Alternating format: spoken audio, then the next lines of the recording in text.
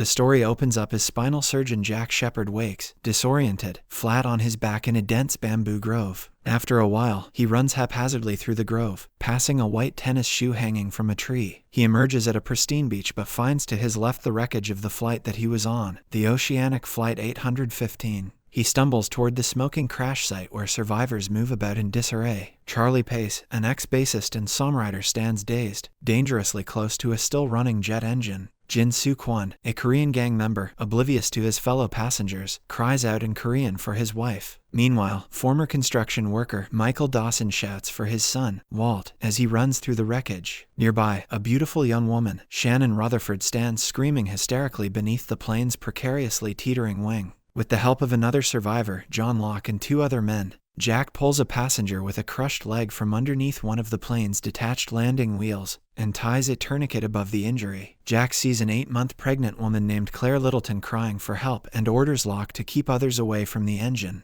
As he moves towards Claire, one of the survivors is sucked in the still-running engine, which explodes violently. After shielding her from the explosion, Jack tells her to remain absolutely still. He directs an obese man named Hurley Reyes to take her away from the fumes of the burning wreckage, and to call him if her situation worsens. Jack then goes to Claire's stepbrother, Boone, and tells him that he is doing mouth-to-mouth incorrectly. The well-intentioned but unqualified Boone goes to find a pen, thinking it may help. The woman he was giving mouth-to-mouth, Rose, eventually breathes again after Jack's continued attempts to resuscitate her. Jack looks up and sees Hugo and Claire sitting under the ominously creaking plane wing. He dashes to them and the 3 escape just as the wing collapses and explodes. A piece of the plane's engine narrowly misses Charlie as he wanders aimlessly. Following this, Jack finds a sewing kit in a suitcase from the plane's wreckage and runs to a secluded spot away to treat a large gash on his lower back. He sees Kate Austin, a fugitive on the run, walking out of the jungle and asks her to stitch his wound as it is out of his reach. Reluctantly, she rinses her hands with Jack's vodka while he washes the wound.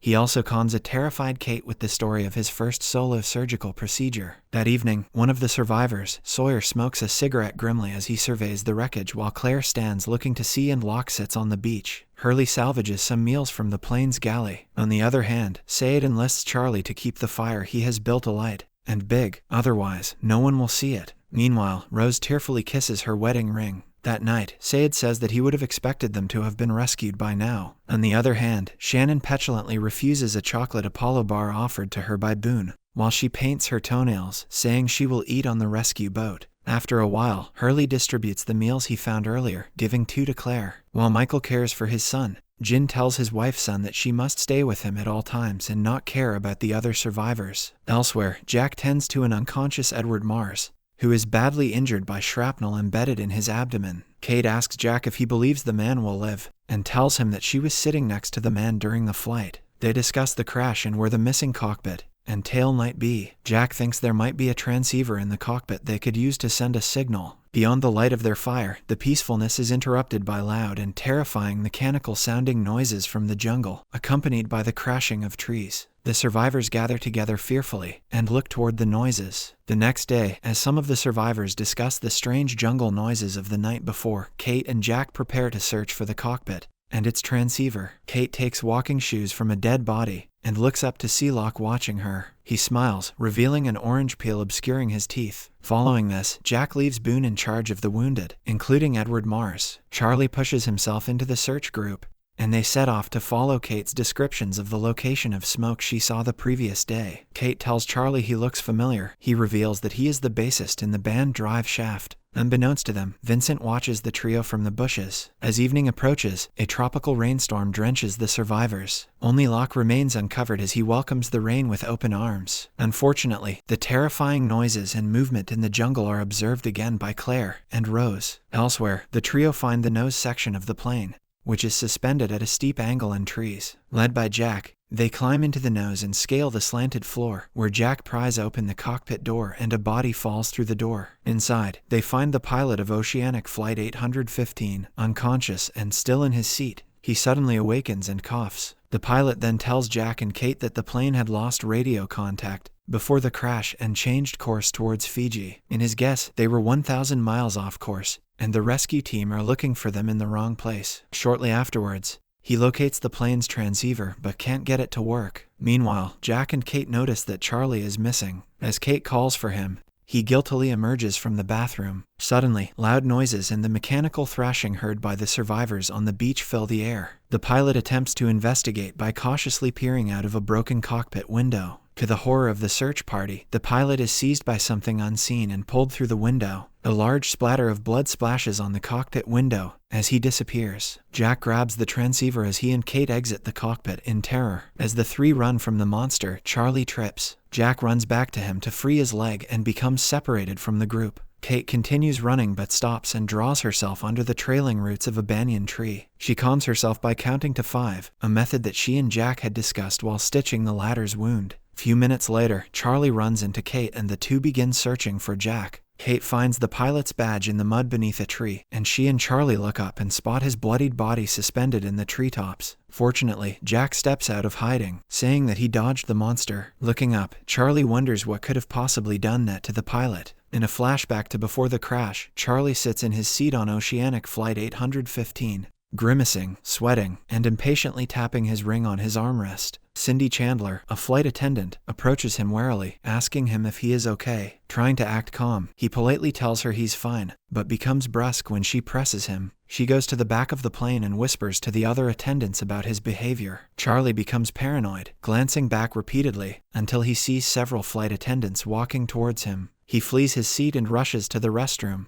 brushing past Jack and Rose and stepping over Boone and Shannon. The flight attendants pursue, but the captain turns on the fasten seatbelt sign, so Cindy stops her pursuit and alerts the passengers to fasten their seatbelts. Charlie finds a vacant restroom after several unsuccessful attempts. Once inside, he locks the door and removes his shoe, from which he takes a small bag of heroin. As soon as he ingests the heroin, a flight attendant knocks on the door and demands he come out. Charlie attempts to stall the attendant, and drops his bag of heroin into the toilet. As his finger rests on the handle, about to flush the toilet, the plane experiences severe turbulence, slamming him into the ceiling of the bathroom. After escaping the bathroom, he is nearly hit by a refreshment cart. Frightened, he rushes to a seat several rows back and straps himself in as the plane crashes. On the same Oceanic Flight 815, Kate sits next to Edward Mars, a United States Marshal. A flight attendant offers her more juice, but she declines while Mars asks the attendant for a black coffee. After the attendant leaves, Mars begins taunting Kate, sarcastically telling her to remain optimistic that someone might believe her story. Kate sips on her juice, and it is revealed that she is wearing handcuffs. The plane begins experiencing some slight turbulence, and Kate tells Mars that she has one favor to ask of him. Mars is interested to hear what her favor is, but before she can elaborate, the plane's turbulence worsens, causing several people to be flung into the plane's ceiling.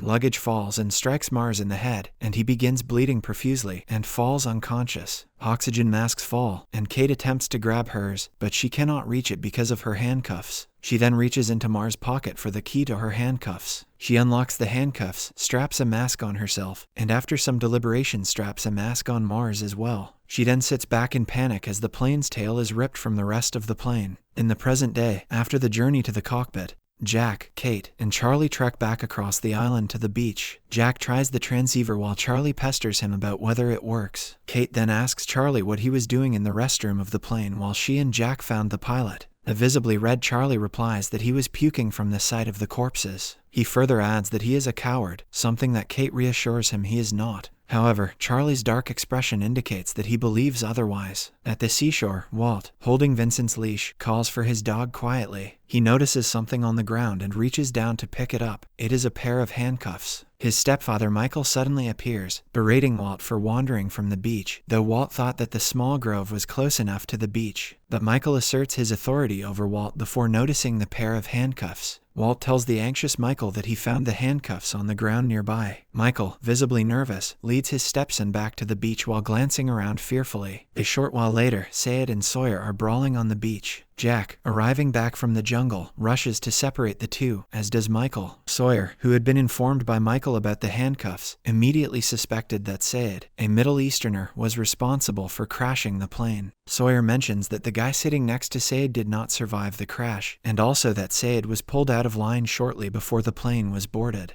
The fight is finally stopped by Kate, who changes the subject and asks if anyone can help repair the broken transceiver. Sayid volunteers to help, much to Sawyer's chagrin. Boone asks Jack if there were any survivors at the cockpit, and Jack, lying, says that there weren't. After bathing in the sea, Kate changes her clothes and approaches Sayid to check on the progress of the transceiver's repair. It seems fixed, but there is no reception, meaning it can't broadcast a message for rescue. Sayid explains that by heading up the mountains to higher ground, they might be able to acquire a signal. Kate visits Jack, who is struggling to save the life of Edward Mars from his shrapnel injuries. She tells him that she is going on a hike with Sayid, despite the fact that they both are aware of what lay waiting in the jungle. Kate is adamant, though, since the batteries on the transceiver won't last very long. Elsewhere, Charlie finds a private space and gets his heroin stash ready for a taste. The rest of the survivors are busy with different tasks. Shannon proclaims that she is going on the hike with Kate and Sayid. Upon hearing this, Charlie also signs up, as does Boone.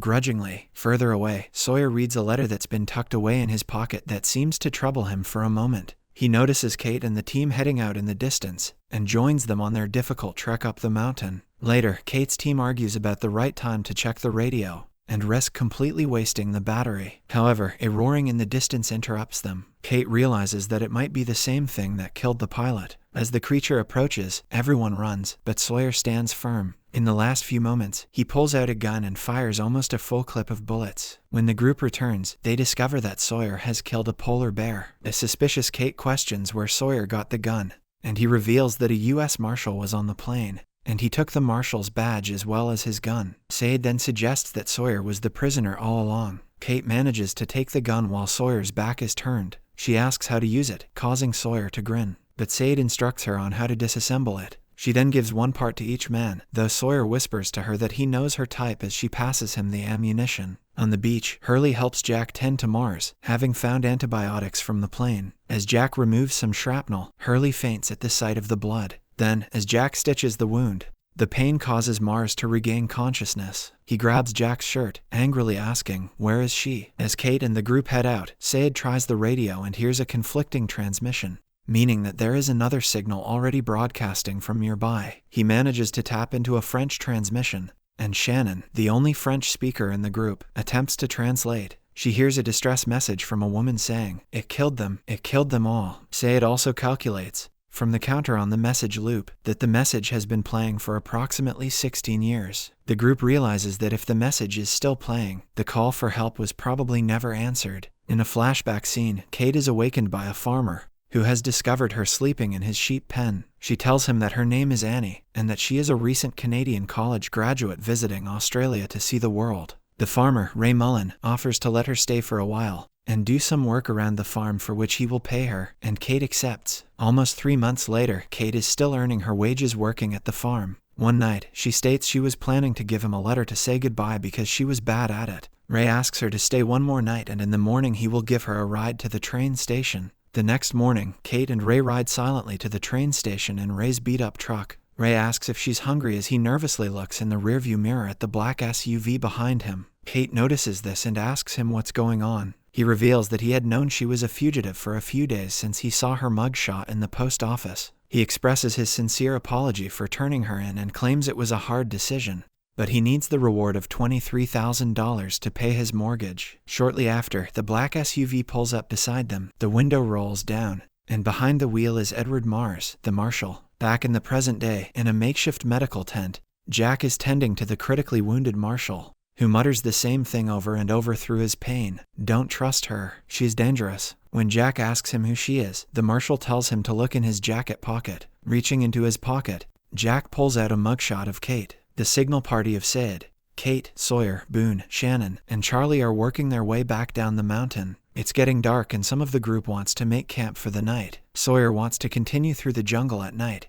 but others in the party convince him otherwise. Sitting around the fire, they discuss what they should tell the beach camp about the distress signal they heard on the transceiver. They decide as a whole to not reveal what they heard, in order to keep the group's morale up. At the signal party's camp, Boone lifts the gun from Sawyer and the magazine from Sayid as they sleep. They wake and an argument ensues over who should have the gun, but they cannot agree on a trustworthy candidate until they agree on Kate. She reluctantly agrees to keep it. The next day, Hurley comes to the medical tent to tell Jack that the signal party has returned. Before Jack can get to the group, Kate pulls him aside and says that she has something to say to him. She explains what was heard on the transceiver. He asks if there is anything else she would like to tell him. Kate asks if the marshal had regained consciousness while she was gone with the signal party. Jack lets her know that he did, but only briefly. Kate asks if he had said anything to Jack. Jack lies and says the marshal didn't say anything. While they talk, the marshal's condition takes a turn for the worse. Jack knows that without proper tools and stronger antibiotics, the marshal will not make it through the night. Hurley tells Jack that he's searched everywhere for more medicine, except the fuselage, but he'd rather not go in there. Jack enters the fuselage and picks his way around the corpses inside it. He hears some rustling behind him. It's Sawyer. He's going through the fuselage for things he could use, such as liquor and Playboy magazines. Jack berates him for disrespecting the dead and being self-absorbed.